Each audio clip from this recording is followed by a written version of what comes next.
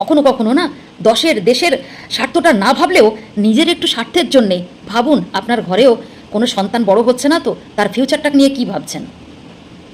যে আপনার এই সেফটি সিকিউরিটির জন্যে ব্যাংক ব্যালেন্সের চক্করে এটা না হয়ে যায় যে আপনার বাচ্চার ভবিষ্যৎ যেন অনিশ্চিত হয়ে যায়।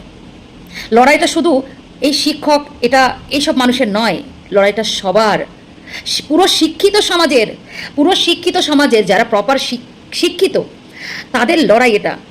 আজকে কেন শিক্ষিত হয়ে মার খেতে হবে?